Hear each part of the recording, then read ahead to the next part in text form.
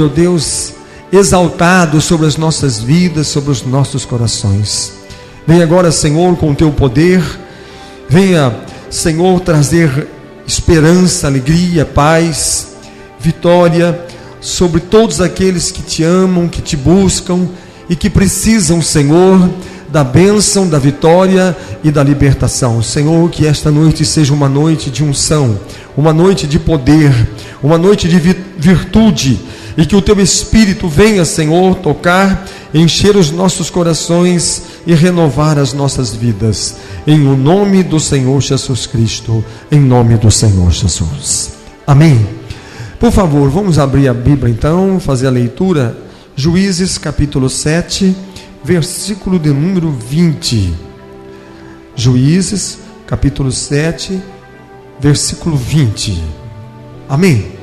Diz assim, olha: assim tocaram os 3 esquadrões as buzinas e partiram os cântaros, e tinham nas mãos esquerda as tochas acesas, e nas suas mãos direita as buzinas que tocavam, e exclamaram: espada do Senhor e de Gideão. Amém? Graças a Deus. Por favor, os irmãos podem se assentar.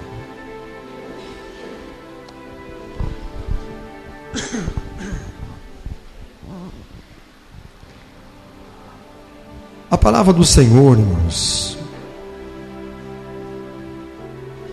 ela diz que, aqui o versículo de número 14 também diz: e respondeu o seu companheiro e disse: não é isso outra coisa senão a espada de Gideão, filho de Joás, varão israelita. Deus tem dado na sua mão os midianitas e a todo este arraial. Se nós pegarmos a palavra do Senhor e lermos esse capítulo anterior, capítulo 6, nós vamos ver que o povo, os filhos de Israel, eles estavam debaixo de uma servidão sobre os midianitas. Na verdade, a palavra do Senhor diz: e prevalecendo a mão dos midianitas sobre Israel, fizeram os filhos de Israel para si, por causa dos midianitas, as covas que estão nos montes e as cavernas e as fortificações.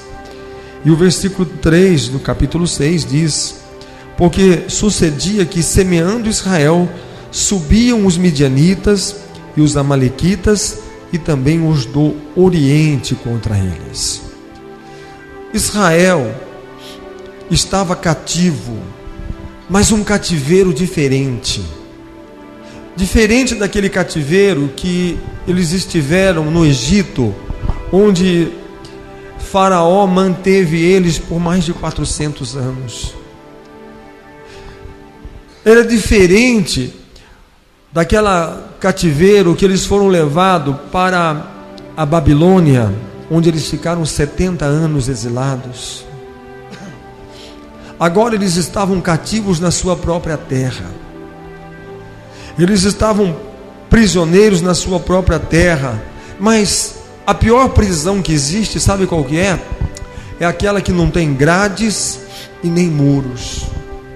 Essa é a pior prisão que existe. Essa é a prisão que somente o Filho de Deus, Jesus Cristo, pode nos libertar.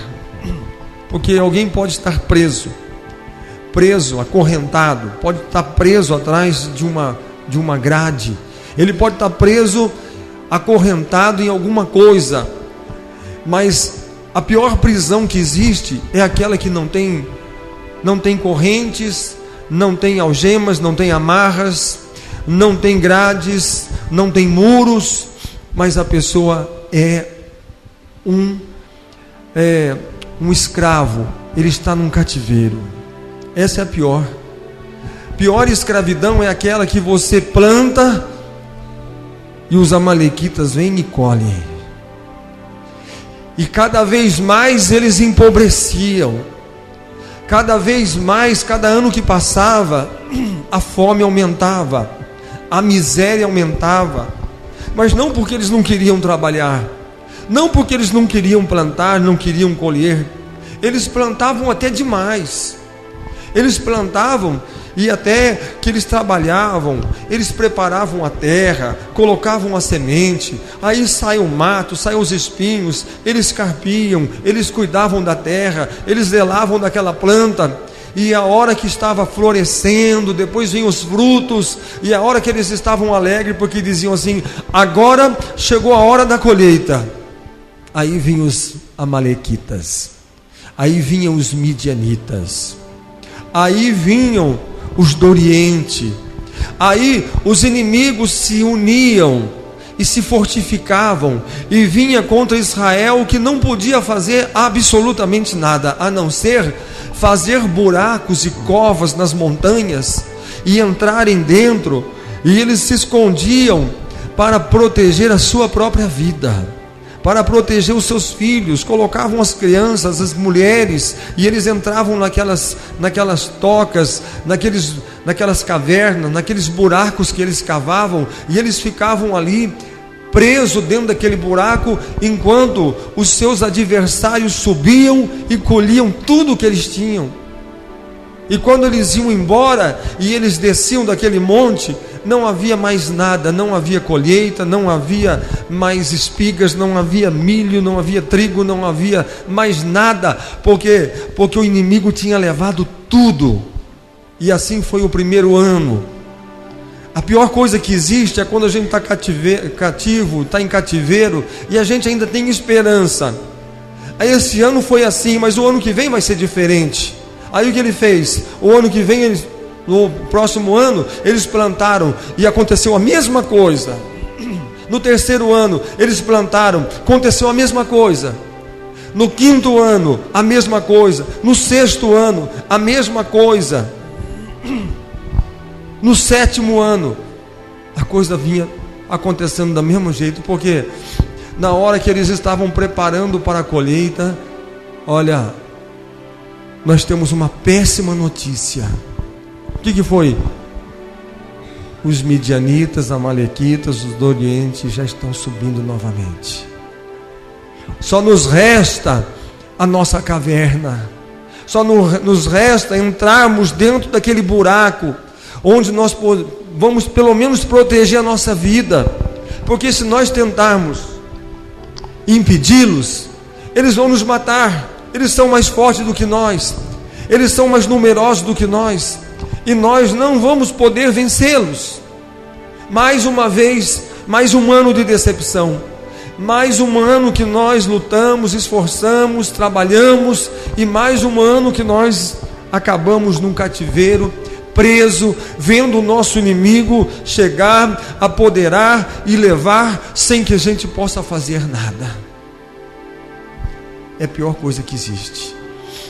Estavam nas mãos dos midianitas, dos amalequitas e os do Oriente, e isso durou 7 anos. 7 anos. E ali nós temos que entender uma coisa, que se levanta um rapaz que chama-se Gideão.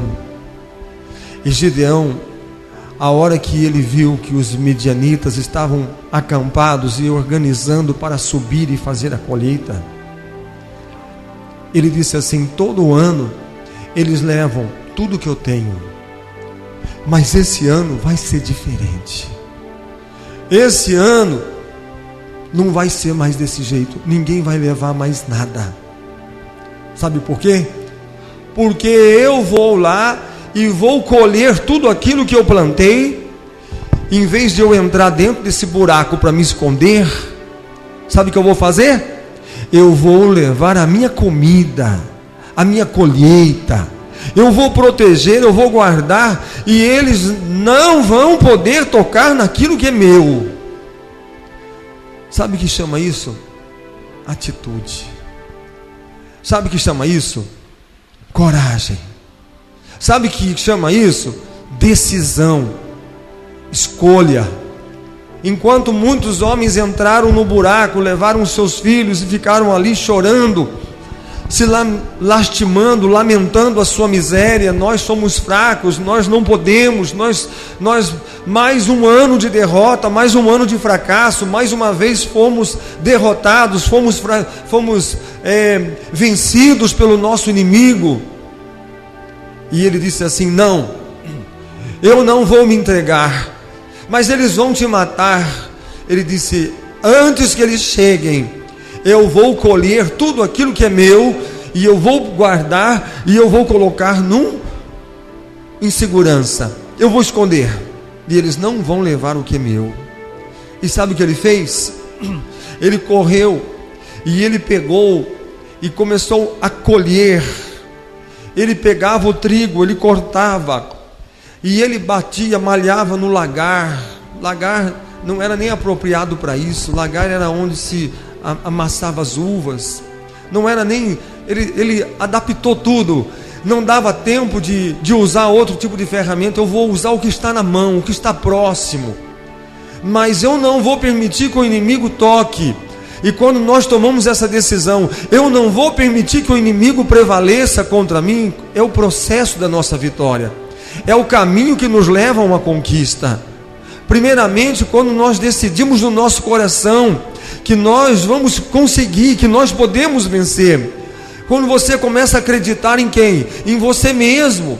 Quando você começa a acreditar que você tem potencial para sair dessa situação, que você pode vencer, que você pode ser liberto, você pode vencer o seu inimigo, você pode se levantar e você colocar toda a sua força, toda a sua coragem, toda a sua bravura para você vencer, para você alcançar o seu objetivo. E a palavra de Deus, ela diz, sabe o quê? Que aquele homem, diferente dos trabalhadores, porque havia um processo normal de colheita, pegar, cortar, malhar, bater para que soltasse, ensacar, carregar aquela sacaria. Mas o processo que ele fazia ali, sabe qual que era? Um processo acelerado, correndo contra o tempo. Antes que o inimigo chegue, eu vou colher, eu vou malhar, eu vou ensacar todo esse trigo, e eu vou correr, subir montanha, com um saco nas costas, correndo. De onde vinha essa força? De onde vem a bravura, a coragem, a vontade de vencer, o ânimo?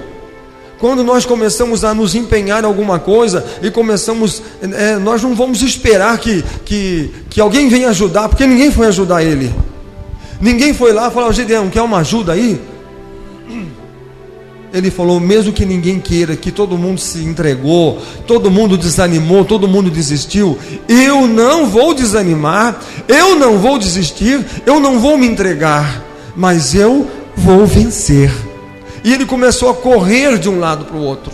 E ele começa a corre com um saco nas costas, com sacaria, vai correndo de um lado e corre do outro, vai de um lado, volta de outro, e ele quer ser livre, ele não quer ser escravo, ele não quer continuar debaixo daquele jugo, daquela escravidão. Então ele começa a usar a sua força. É isso que nós temos que fazer. Nós temos que aprender uma coisa, que a palavra de Deus, ela nos leva, ela nos motiva a sairmos daquele estágio de comodismo que a gente se encontra.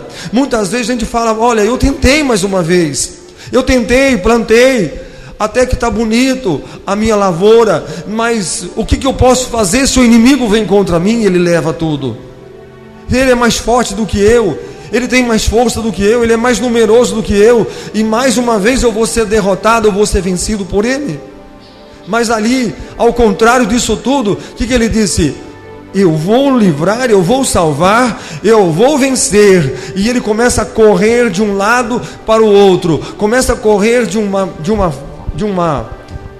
de um lado, colhendo, correndo com a sacaria, guardando, e de repente ele começa a ser observado por anjos. Porque a Bíblia diz que anjos começaram a chegar e começaram a observar o seu trabalho. Sabe o que a palavra de Deus fala? Que o estágio que Deus espera do homem é que ele se torne espetáculo do mundo, dos homens, e espetáculo dos anjos. É quando os anjos começam a admirar e a contemplar e a olhar o seu trabalho, a sua força, a sua coragem, a sua bravura. Quando há um desejo de vencer, quando há um desejo de se livrar, há um desejo de vitória. Aconteceu isso com Pedro. Pedro estava dentro de um barco que ele tinha certeza que aquele barco ia afundar. Por causa da tempestade, o barco é jogado de um lado de outro, a fúria da tempestade, e de repente vem andando sobre as águas, sobre a tempestade, sobre o vento, quem? O próprio Jesus.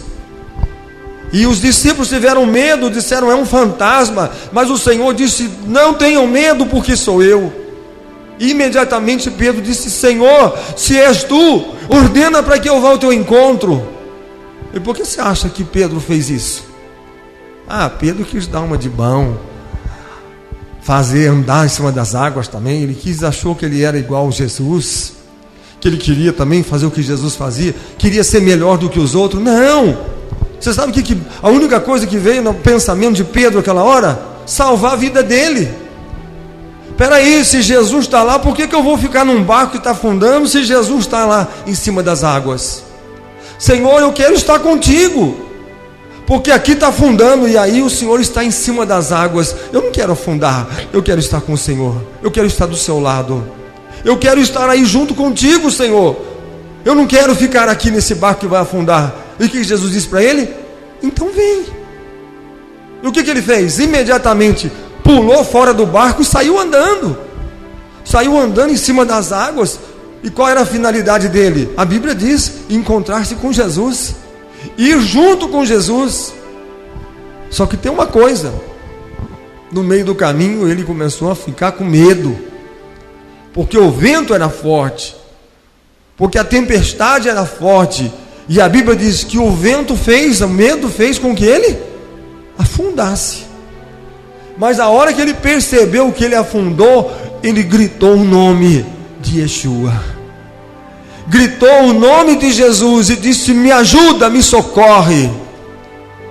E Jesus deu alguns passos largos e foi até ele, tomou-o pelas mãos e o levantou e trouxe para junto dele. Sabe, quando a gente está com Jesus, a gente está seguro. Quando a gente está com Jesus, a gente está seguro. E para chegar até Jesus tem que ter risco, tem que ter atitude, tem que ter coragem. Eu vou andar, talvez eu não sei se eu consigo chegar até Ele, mas eu vou estar bem mais perto para que Ele me socorra, para que Ele me alcance. Talvez a minha decisão e a sua hoje tem que ser estar perto de Jesus, o mais próximo possível, onde Ele possa te alcançar, onde Ele possa te socorrer, onde Ele possa te envolver com a sua graça e a sua misericórdia. Temos que ir na direção dele. Você está vendo o seu barco afundando?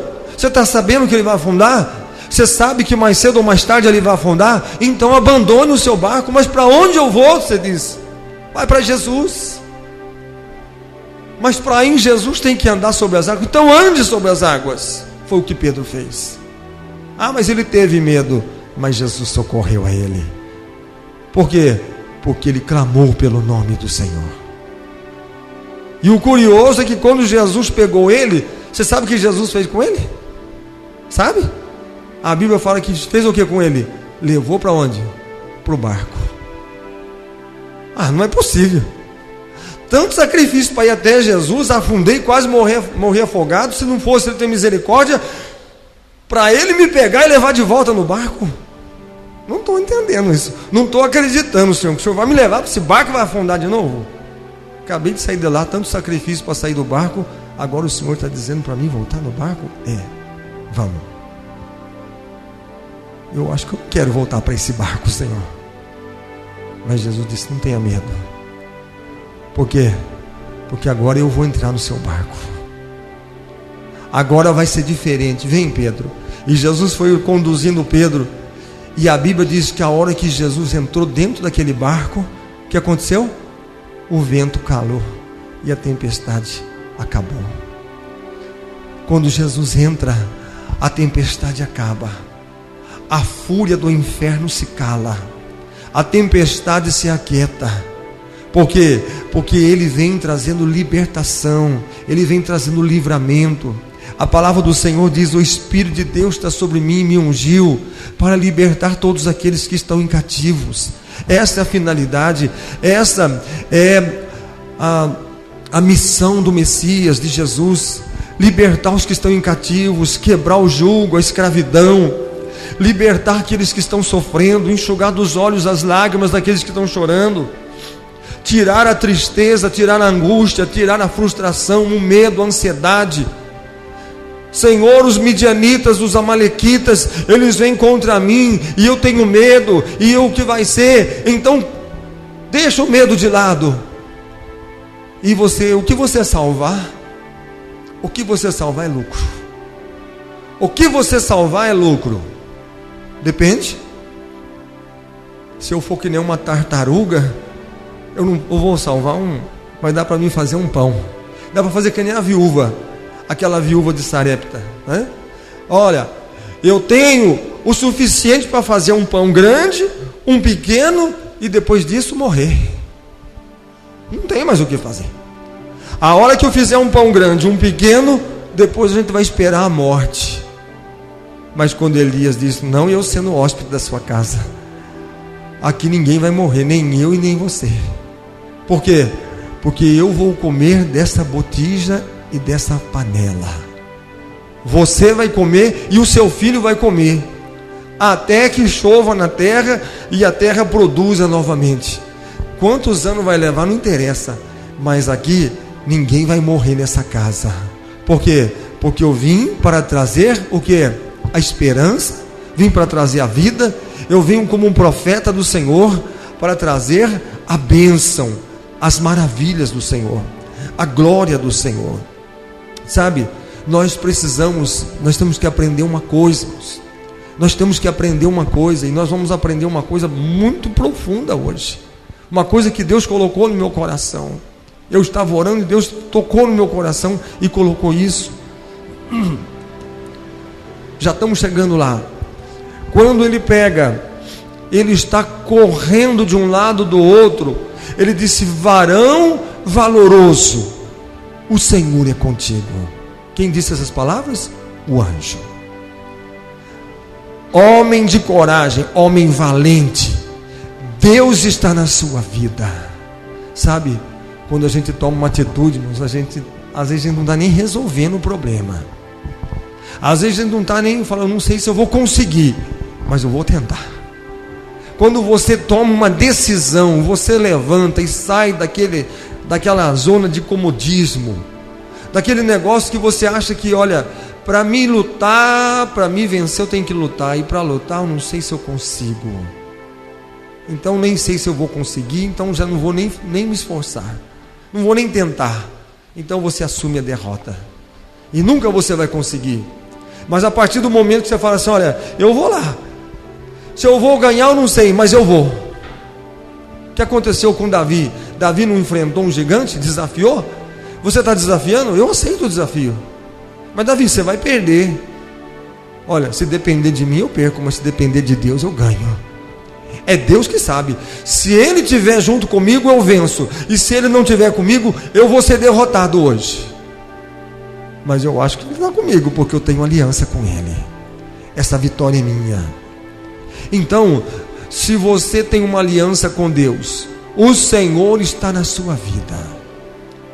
Quem está dizendo isso? O próprio céu. Anjo é mensageiro, e Deus mandou dizer: eu tô me esforçando, eu estou lutando, eu tô sendo corajoso. O Senhor é contigo. O Senhor é contigo. Mas uma coisa que ele não esperava, e tem uma coisa que você não está esperando. Talvez você fale assim: eu não consegui muitas conquistas na minha vida. E hoje você vai descobrir um grande mistério. Aquilo que vai alavancar a sua vida, a sua fé, para você conquistar coisas grandes e não coisas pequenas. Eu estou lutando aqui para salvar esse pedacinho de chão, esse pedacinho de terra que eu plantei, essa quadrinha aqui que eu plantei. E o anjo fala: para com isso, rapaz, Deus te chamou para coisa grande. Não, olha, eu não posso parar agora, sabe por quê? Porque se eu parar, o inimigo vai chegar e vai roubar isso daqui. Então não posso parar. Tá.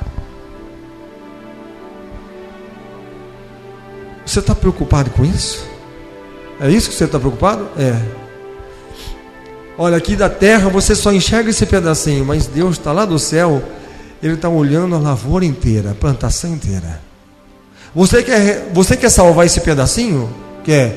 O Senhor está olhando a terra. Hã? Às vezes a igreja está preocupada em... A igreja é local. Local é localidade. A igreja está plantada neste bairro, né? Então, vamos estabelecer o nosso limite. Pega no mapa. Nós podemos ir até ali, até ali. Vamos demarcar o nosso território. E a gente vai distribuir folhetos ali naquela rua, naquela outra. E lá do outro lado da cidade. Nós estamos na zona sul e na zona norte. Ixi, não vamos nem lá, porque... Como é que o pessoal vai vir da igreja do outro lado da cidade? É longe. Eles não querem vir aqui não. Eles não querem ir numa igreja mais perto da casa deles. Ninguém vai sair de lá, atravessar a cidade para vir aqui não. É melhor a gente ficar só aqui. Deus chamou nós aqui. É melhor a gente ficar naquilo que nós fomos chamados. E não é assim que faz? Não é assim que a igreja faz? Nós vamos só evangelizar os vizinhos, só os quarteirões à nossa volta. Ou muito a gente pode evangelizar um bairro para lá, um bairro para lá, um bairro para lá e um bairro para cá. E o resto saiu dos nossos domínios. Se salvar só isso aqui já está bom, né? Mas o Senhor está olhando lá do céu, da glória dele, do trono dele. E Jesus disse: ide por todo mundo e pregar o meu evangelho a toda criatura, e aquele que for batizado será salvo. E quando o evangelho do reino for pregado a todos os povos e a todas as nações, então virá o fim. Espera aí, você está falando do que? De outro país? Não estou falando de outro país, estou falando de outro continente. Estou falando da África, estou falando da Europa, eu estou falando da Ásia, eu estou falando toda a criatura, por todo mundo, porque foi a ordem que Jesus deu. Mas espera aí, onde que nós vamos achar força e recurso para fazer isso? Deus só está esperando alguém falar assim: eis-me aqui, Senhor, envia-me a mim. Só que eu não tenho recurso. Deus fala: nem precisa, eu sou dono do ouro e da prata. Nem precisa. Senhor, eu não tenho muita capacidade, eu não sou uma pessoa capacitada. E daí? Eu não preciso de ninguém capacitado, porque o meu poder se aperfeiçoa na fraqueza. O senhor está em busca de pessoas grandes? Não, eu quero pequeno. O senhor está em busca de pessoas fortes? Não, eu quero fraco. O senhor está em busca de pessoas inteligentes? Não. As pessoas que são poderosas? Não. Aquelas que são? Não. Apenas estou em busca de pessoas que querem ir. Por quê? Porque aqueles que se decidirem, eu movo sobre eles o meu espírito e os capacito. E o recurso eu tenho, as condições eu tenho, a força eu tenho, o poder eu tenho, o resto tudo eu tenho. Por isso que Jesus falou assim: quando vocês forem, vocês não precisam levar nem 2 pares de sapato, mas o que você tem? Preciso levar uma mala, uma mochila com algumas trocas. Não, vai só com a roupa do corpo. Não é bom levar 2 blusas, vai que esfria. Não, vai com uma só. Não fica preocupado com essas coisas não, porque isso aí eu que vou cuidar. Foi o que ele disse. Isso aí quem cuida sou eu. Você apenas vai. Você apenas vai. E a Bíblia fala, e eles foram. E o Espírito Santo confirmava a palavra que eles anunciavam com sinais, prodígios e maravilhas que abalavam e estremeciam os moradores da terra. Deus providencia, Deus provê as coisas. É Ele que traz existência às coisas que não são. Gideão, você está pensando pequeno, o Senhor está pensando grande. O Senhor diz que vai livrar toda essa lavoura que o povo de Israel plantou. Vai livrar. Mas o que Ele vai fazer? Quem que Ele vai levantar? Você. Eu vou salvar tudo isso aí? Eu não estou conseguindo salvar nem o que é meu. Ele quer que eu salve tudo? Você vai conseguir salvar tudo. Você vai vencer todos os seus inimigos. Espera aí, eu sou Gideão. Eu sou um homem pequeno, sou um homem limitado, sou um homem fraco. Espera aí. E Deus falou, não tenha medo. Não tenha medo. Gideão, eu vou fazer um grande milagre no meio de vocês. Faz o seguinte. Primeira coisa que você vai fazer, nós temos que toma consciência do que eu vou dizer, que são algumas coisas que vão esclarecer você para grandes conquistas e grandes vitórias. Número 1, você está olhando para aquilo que é pequeno, e Deus quer que você levante a sua cabeça e olhe para aquilo que é grande. Pode. Abraão, levanta os seus olhos e olha para o norte, sul, leste e oeste, porque aonde a sua vista, os seus olhos alcançar, eu darei esta terra para os seus herdeiros, para a sua geração, para a sua descendência. Levantou a cabeça e olhou. Aonde o céu se encontrou com a terra, é lá. Lá é o ponto. Lá é o limite. Aonde os seus olhos alcançarem. Levanta a sua cabeça, e onde os teus olhos alcançares, o Senhor te dará. A Bíblia diz isso. É a bênção que o Senhor deu para Abraão. E nós somos filhos de Abraão. Ou nós cremos na bênção de Abraão, então nós estamos fora do projeto da bênção de Abraão. Aonde os teus olhos alcançar, levanta a sua cabeça e olha. Aí você vê coisa grande. Gideão, levanta a sua cabeça e olha todo o campo. Se quiser pode subir até um monte, uma montanha. De lá você vai ter visão melhor. Olha toda essa lavoura. Você vai salvar toda ela. Número 1. Número 2.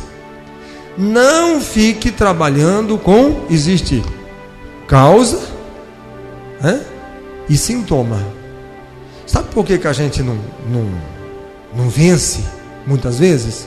Porque a gente fica só cuidando dos sintomas, não cuida da causa.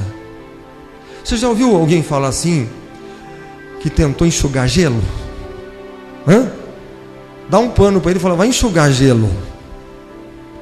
Ele vai ficar enxugando o gelo até acabar o gelo. Por quê? Porque não termina. O gelo vai derretendo e vai aumentando a água cada vez mais e não consegue enxugar. Alguém desanima, fala só, enxugar gelo é difícil. Por quê? Nunca consegue, está sempre molhado e está sempre derretendo.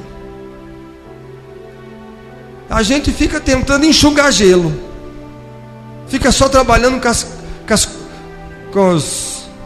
as consequências, com os sintomas. Ai, está doendo aqui, não, está acontecendo isso ali, está acontecendo aquilo, está aqui, olha, o inimigo está cercando ali, corre para lá, não está cercando para cá, não está fazendo isso, está fazendo aquilo. A gente fica A gente fica correndo de um lado. Não, o inimigo vem por lá. Não, o inimigo vem de cá. Não, agora eles estão vindo do outro lado. E não sabe que lado que corre, que lado que foge, que lado que se esconde. Não fica trabalhando com isso, não. Que lado que o inimigo vai vir? Não sei. Só sei de uma coisa. A palavra diz: o inimigo vindo por um caminho, ele terá que fugir por 7 caminhos. Foi a bênção que Deus deu para Abraão. Ele vai fugir por 7 caminhos de você. Deixa ele que venha. Ele vem por trás, o problema é dele. Ele vai ter que fugir por 7 caminhos. Por quê? Porque ele vai encontrar a rocha eterna, que é o Senhor Jesus Cristo. Aí, pensa nisso. Vamos nos preocupar em conquistar, em vencer. Senhor, eu estou tentando salvar a minha lavoura, já está difícil. Imagine se eu tentar salvar a lavoura inteira. Esquece esse negócio de salvar a lavoura. Por que salvar a lavoura? Não, Senhor, eu tenho que salvar a lavoura, senão eu vou perder tudo. Espera aí. A causa da perda da sua lavoura, qual é? Por que a lavoura perde? Porque o inimigo vem e leva. Bom, então o seu problema não é a lavoura, o seu problema é o inimigo. Porque se você vencer o seu inimigo, a lavoura está isso. Você não colhe hoje, você colhe amanhã, você colhe depois. O importante é que não tem um inimigo para te devorar. Então, peraí, vai vencer o inimigo, deixa a lavoura aqui. A gente fica preocupado com uma coisa, e sendo que o Senhor quer que a gente se preocupe com outra. O segredo da nossa vitória é aonde você vai lutar, com quem você vai lutar. O que Paulo disse? A nossa luta não é contra o sangue nem contra a carne, mas é contra os principados e as potestades. Se você vai lutar com sangue e carne, sabe o que se vira? Inimizade. E quem pratica inimizade, o que acontece? Não herdará o reino de Deus. É obra da carne.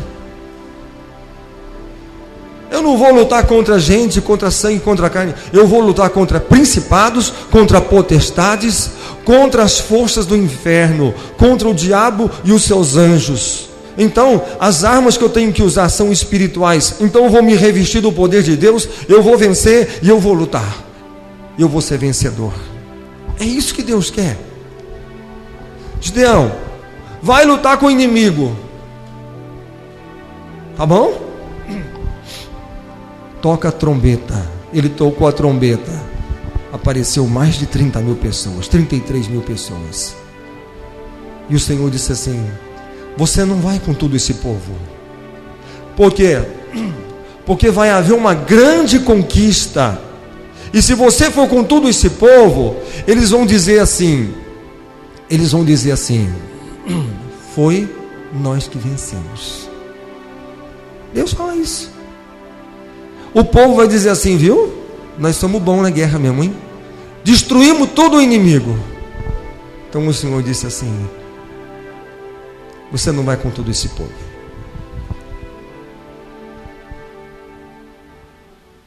Reduziu para 3 mil. E o Senhor disse: ainda é muita gente. Eu não preciso de tudo isso. Porque não é o homem que vai lutar. Quem luta é Deus.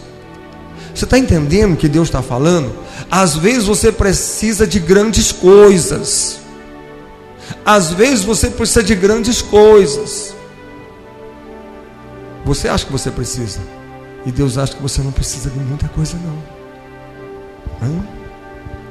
Esses dias eu fiz uma experiência lá no Novo Venture. Eu estava com sementinhas de mostarda. Hã? Que o Senhor Jesus disse que se você tiver a sua fé do tamanho de um grão de mostarda, você vai transportar montanhas. E nós distribuímos para todos os presentes uma sementinha de mostarda. Hã? E as pessoas admiraram, porque é tão pequena. Eu não preciso ter uma grande fé, só desse tamanho. Mas o curioso foi que algumas pessoas perderam. Às vezes bate um ventilador ou dá uma tremida na mão, a semente caiu no chão. E agora? E para achar essa semente? Alguns conseguiram, mas alguns não conseguiram. Até hoje não acharam a semente. E eu disse assim: olha, a fé é como uma semente também de um grão de mostarda. Não precisa, com ela você tem grandes vitórias, mas por ser pequena, é tão fácil de perder. Não é fácil? Muitos falaram, é fácil. E o pior é que quando perde é difícil achar. A semente eu te dou outra. Todo mundo que perdeu ganhou outra. Mas tem gente que perde a fé, nunca mais recupera, porque ela representa a fé. Então, por ser pequena, tem que ser bem protegida, bem guardada e bem zelada, porque é fácil de perder. E o Senhor disse: eu não preciso de uma multidão, eu não preciso de nada grande, eu posso vencer com coisas pequenas. Por isso que eu escolhi você, Gideão, porque você é pequeno. Então, vamos lutar com aquilo que é a consequência, a causa, aquilo que está fazendo, aquilo que está trazendo a prisão, a tristeza, a angústia, a dor, o sofrimento. Outra coisa, antes de nós orarmos, eu quero que você guarde tudo isso no seu coração, para depois você orar e ter vitória. O Senhor disse assim: Gideão, você vai vencer. Vai nessa força. Olha o que diz aqui no versículo 14. Então o Senhor olhou para ele e disse: vai nesta tua força e livrarás a Israel das mãos dos medianitas. Porventura não te enviei eu? Aí ele fala assim, ó. É isso que eu quero que você entenda.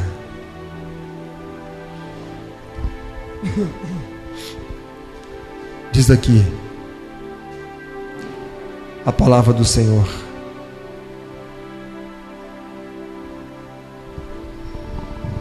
No versículo de número 26, 25. E aconteceu naquela mesma noite que o Senhor lhe disse: toma o boi de teu pai, a saber, o segundo boi de 7 anos, derruba o altar de Baal, que é de teu pai, e corta o bosque que está ao pé dele, e edifica ao Senhor teu Deus um altar no cume deste lugar forte,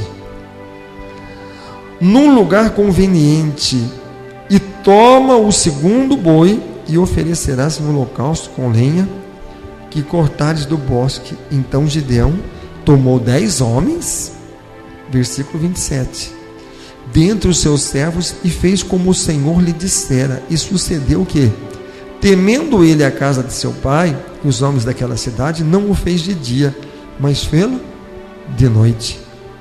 Levantou-se, pois, os homens daquela cidade de madrugada, e eis que estava o altar de Baal derrubado, e o bosque que estava ao pé dele cortado, e o segundo boi foi oferecido no altar de novo edificado. Gideão, você vai vencer, você vai ser vitorioso, mas você vai ter que fazer uma coisa: derrubar o altar de Baal e cortar o seu bosque. Senhor, o Senhor vai arrumar encrenca comigo, vai arrumar encrenca com os meus pais, com os meus irmãos, com a minha família e até mesmo com os moradores da cidade. Eles vão me matar, eles vão me matar. Faça o que eu estou te dizendo: derruba o altar de Baal, senão você não vai vencer esses medianitas. Você está disposto a derrubar o altar de Baal? Senhor, se eu fizer isso de dia, eles me matam. Sabe o que eu vou fazer? De noite. Ele arrumou 10 homens de confiança dele e disse assim: pessoal, preciso da sua ajuda. que é? Vamos derrubar o altar de Baal. Vamos cortar o bosque de Baal. Rapaz, você está louco? Ele falou, não, é ordem do Senhor, então vamos. E foram lá, derrubaram o altar de Baal, cortaram os bosques, levantaram um altar ao Senhor, e com a lenha daquele bosque levantou um enorme altar, queimou e ofereceu sacrifício de adoração ao Senhor. E quando os moradores da cidade levantaram de madrugada, o que aconteceu? Cadê o altar de Baal? Gideão derrubou. Cadê o bosque? Ele cortou e queimou. Esse rapaz está louco? Ele disse não.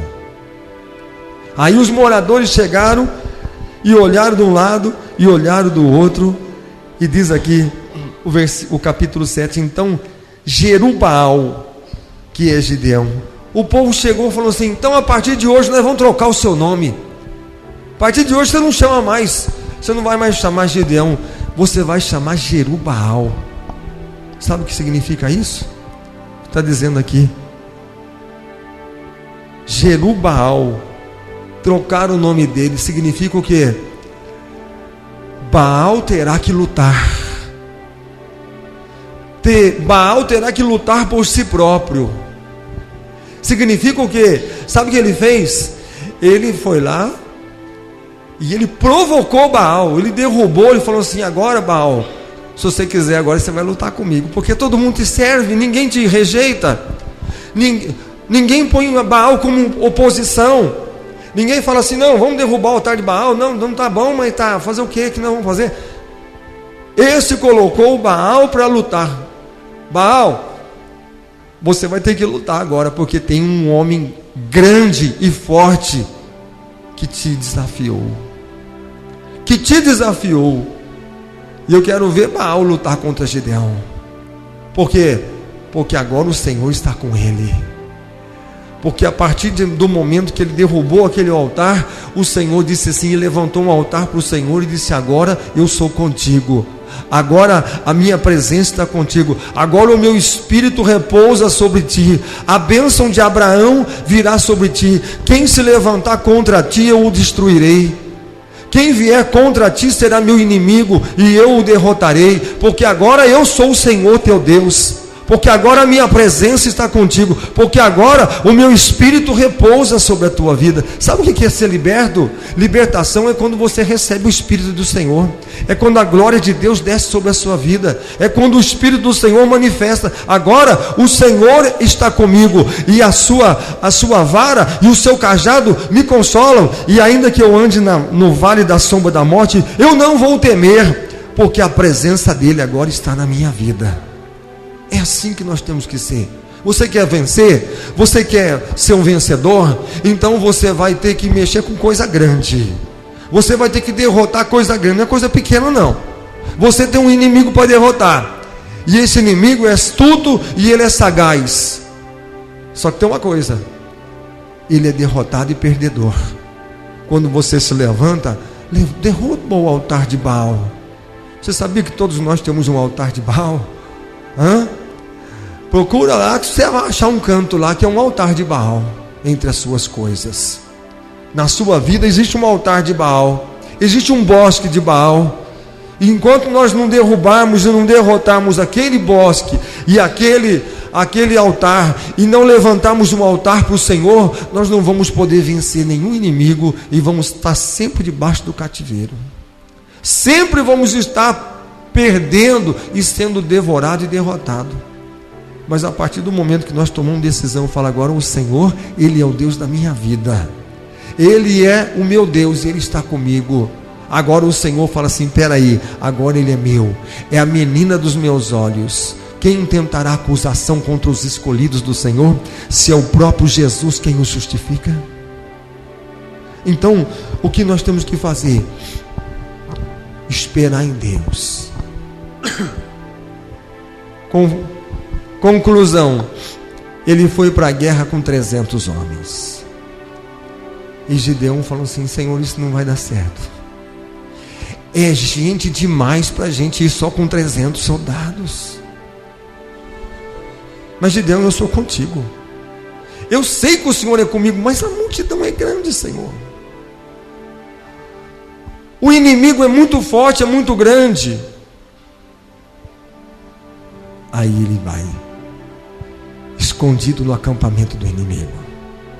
Ele vai no escuro, naquela escuridão, naquela calada da noite, ele vai bem quietinho. E ele chega bem próximo. E tem 2 sentinelas, 2 soldados que estão de guarda, e começam a conversar um com o outro. E disse: rapaz, eu não pude dormir essa noite. Eu tive tantos pesadelos.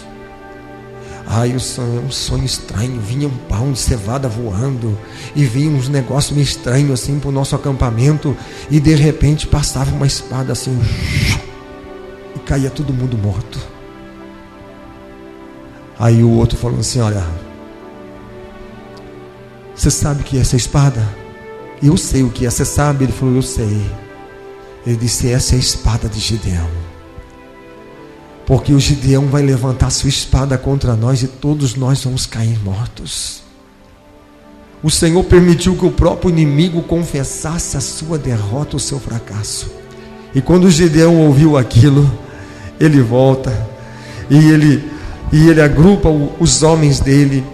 Assim tocaram os 3 esquadrões das buzinas, e partiram os cântaros, e tinham nas suas mãos esquerdas tochas acesas, e nas suas mãos direitas buzinas que tocavam, e exclamaram: espada do Senhor e espada de Gideão. E foram enfrentar o inimigo com os 300. E quando chegaram, eles viram quando o inimigo puxou a espada. Alguém disse: Gideão, não vai dar certo esse negócio. Toca a sua buzina aí e fica quieto. Acenda a sua lâmpada e confia no Senhor. Porque eu não disse a espada de Gideão, eu disse a espada de Gideão. O inimigo disse a espada de Gideão, e eu confirmo, é a espada de Gideão. Mas não esqueça que sobre tudo vem a espada do Senhor, e ela concede a vitória. Eu não confio na minha espada, mas eu confio na espada do Senhor, e Ele é poderoso para guerrear as minhas pelejas e nos dar as nossas batalhas. E sabe o que aconteceu? O inimigo puxou, e em vez de lutar com Gideão, começou a lutar um contra o outro. E eles mataram um ao outro, e Gideão ficou olhando, assistindo aquela matança de gente, o inimigo lutando.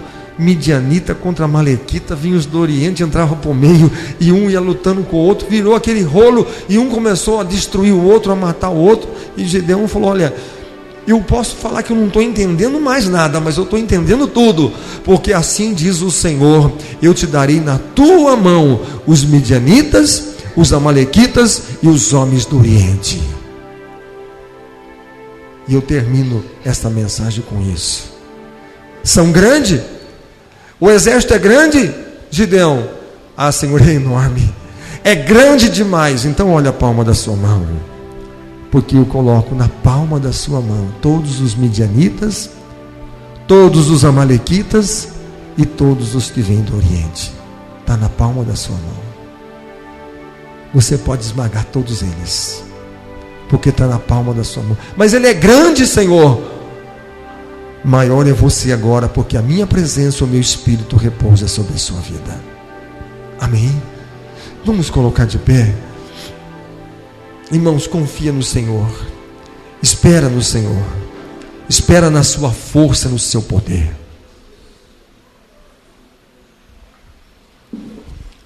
Prepara a palma da sua mão. Eu vou orar, e o Senhor vai colocar nas suas mãos os seus midianitas. A pastora vai passar até você, impondo as mãos sobre a sua vida. Amém? Vamos falar com Deus. Feche os seus olhos, curva a sua cabeça. Deixa que a presença e a glória do Senhor, o Senhor vai colocar todos os midianitas, amalequitas, os do Oriente, todos os seus inimigos, os seus adversários, o Senhor vai entregar nas suas mãos. Confia nele, porque você amou o Senhor, porque você buscou o Senhor, porque hoje você decidiu colocar e quebrar e derrubar o altar de Baal. O Senhor está na sua vida, o Senhor está contigo. Vamos falar com Ele.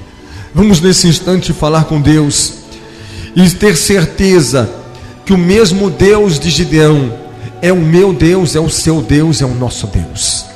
Poderoso Deus, Pai eterno, Deus santo, Criador dos céus e Criador da terra. Muitos são os inimigos e os adversários. Muitos são aqueles que se levantam, Senhor. Muitos são aqueles que vêm trazendo, Senhor, meu Deus, a morte, a destruição, que vem para devorar, que vem para roubar, para matar e para destruir. Mas a tua palavra diz: eu vim para que tenham vida e a tenham com abundância. Eu sei que a tua presença e o teu Espírito, que a tua virtude e a tua misericórdia vem sobre o teu povo, vem sobre a tua igreja. Vem ungir, Senhor, nesta noite, com acácia, com óleo, com o perfume que nos traz libertação, que nos traz vitória. Ó Senhor, que a tua presença, o teu Espírito venha sobre o teu povo, venha sobre a tua igreja. O Senhor disse para Gideão: não tenha medo, apenas confie em mim. E o Senhor está dizendo hoje: não tenha medo, confie em mim, porque eu sou o teu Deus. Não te atemorizes, porque eu sou contigo. Talvez hoje você está como Pedro, dentro de um barco que está sendo açoitado por tempestades, pela fúria do mar, do oceano, pela fúria do vento, da tempestade, que parece que a sua vida vai virar, que você vai afundar, que você vai naufragar. Mas o Senhor Jesus vem dizendo: não temas, não tenha medo, sou eu que venho até ti. Sou eu que venho para trazer a bonança, sou eu que venho para trazer a esperança, a salvação, a libertação e o livramento. Não tenha medo, porque eu faço cessar a tempestade, eu faço o mar se calar, eu faço o vento se calar. Não tenha medo, porque eu sou o teu Deus, eu sou contigo. Não tenham medo. Ah, Senhor, se és tu, eu quero estar junto de ti, Senhor. Eu quero estar contigo, porque onde tu estás, o Senhor está sobre a tempestade, e o Senhor vence a tempestade. Então eu quero estar contigo. Me livra desse barco, Senhor. Me livra desse barco, Senhor. Ah, Senhor, o Senhor pode entrar no nosso barco hoje. Às vezes nós estamos pensando que o problema é o barco, mas o problema não é o barco, é a tempestade. Porque o barco sem tempestade é seguro. O problema não é o barco, Pedro, o problema é a tempestade. Porque você pode até sair do barco, mas você afunda nas águas, no vento e na tempestade. O seu problema não é o barco, é a tempestade. Então vamos lutar com aquilo que está trazendo perigo, e não aquilo que te traz segurança. O seu problema não é o barco, o seu problema é a tempestade. Mas quando Jesus entrou no barco, a tempestade cala, a tempestade aquieta, o vento se cala, há um silêncio, porque aquele que tem a vida, que tem o poder, que fez os céus, a terra e o mar, aquele que dá ordem e as águas do oceano obedecem, aqueles que tudo se cala diante dele. E quando o Senhor disse: calai-vos e sabei que eu sou Deus, e disse para a tempestade: calai-vos, porque eu sou. E a tempestade calou-se. E agora o barco é um lugar seguro, porque não tem mais a tempestade. Gideão, o seu problema não é a lavoura, mas o seu problema é o teu inimigo. Se você vencer o teu inimigo, a tua lavoura estará salva. Oh Senhor, quantas pessoas hoje estão preocupadas com tantas coisas, E o Senhor Jesus disse: não andeis preocupado com aquilo que haveis de comer, com aquilo que haveis de beber, porque a vida é mais que alimento e o corpo é mais do que a veste. Olhai as aves dos céus, que não plantam nem colhem, nem ajuntam em celeiro, mas o Pai Celestial cuida delas. Oh meu Deus, em Ti está a força, a esperança e o poder. Traz unção, meu Deus, unção de cura, unção de libertação, unção de salvação, Senhor. Oh meu Deus, quantas pessoas estão aflitas hoje aqui, Senhor, dizendo: o inimigo vem contra mim, Senhor. O inimigo vem contra tudo aquilo que eu tenho, Senhor. Ele vem para destruir. O inimigo já se levantou e grandes são as suas ameaças e as suas afrontas. Mas, Senhor, Tu és o Deus de Gideão. Tu és o meu Deus, o meu Senhor. Oh Senhor, hoje eu quero derrubar os altares de Baal. Eu quero queimar os bosques. E quando os moradores da cidade acordarem, o altar do Senhor estará edificado e o nome dele será exaltado sobre esse lugar. E todos saberão que Ele é Deus, que Ele é Senhor, e que o Espírito do Senhor repousa, e a glória do Senhor foi trazido de volta para Israel. Israel não vai ser humilhada, Israel não será mais destruída, Israel não será mais saqueada pelo inimigo, porque a presença do Senhor e a glória do Senhor repousa sobre esse lugar. Oh Deus, traz a bênção e a vitória e o milagre, em nome de Jesus, em nome de Jesus, amém. Graças a Deus. Irmãos, só olhe para a sua mão. Tudo aquilo que você tem medo, tudo aquilo que parece ser grande demais para você, tudo aquilo que parece que você não vai conseguir vencer, não vai conseguir conquistar, o Senhor disse para Gideão: olha a palma da tua mão, porque eu estou colocando nas tuas mãos todos os teus inimigos, todos os seus adversários, eles cabem na palma da tua mão, porque eu, o Senhor, os reduzi a nada. E se você disser: a minha mão é tão pequena, Senhor, e o Senhor diz: é porque eu reduzi todos os seus inimigos e todas as suas dificuldades, eu resumi a nada. Agora você pode ser vencedor em Cristo Jesus, amém. Vamos encerrar em nome do Senhor Jesus. A partir dessa semana, a partir de terça-feira, nós vamos estar ministrando sobre família, a bênção do lar, a bênção da família. Não percam, venha abençoar. O Senhor vai abençoar a tua casa, a tua família, em nome do Senhor Jesus, amém.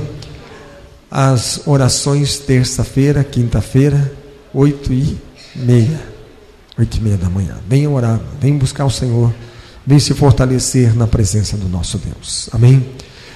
Que a graça de Jesus, o amor de Deus, a comunhão e a consolação do Espírito Santo esteja com todos vós hoje e para todos sempre, amém. Aplauda o Senhor, adore o Senhor, Ele é digno.